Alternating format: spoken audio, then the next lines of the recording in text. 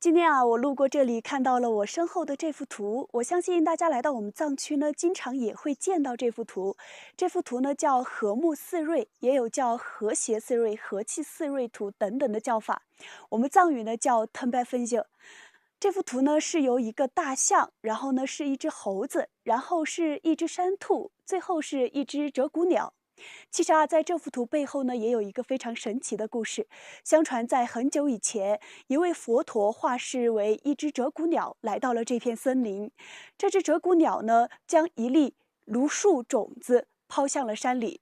山兔看见这颗种子之后呢，抛土把这颗种子埋在了土里，不久就长出了小树苗。这只猴子看到这个小树苗之后呢，将它周围的杂草全部都除掉。这只大象看到了这只树苗之后啊，用鼻子去带来山泉水，为这只小树苗浇水灌溉。